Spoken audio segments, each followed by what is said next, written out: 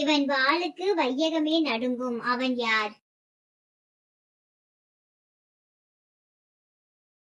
தேள்.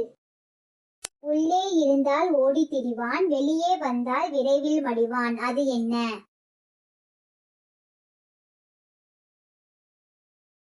மீன். அள்ள முடியும், ஆனால் கிள்ள முடியாது. அது என்ன?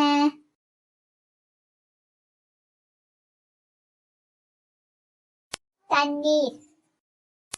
அண்டை வீட்டில் குடியிருப்போம், அக்கா தங்கை நாங்கள், கிட்ட கிட்ட இருந்தாலும் தொட்டுக்கொள்ள மாட்டோம். அது என்ன?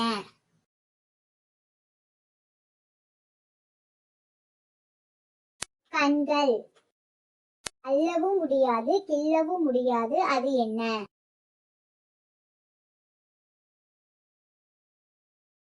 காற்று.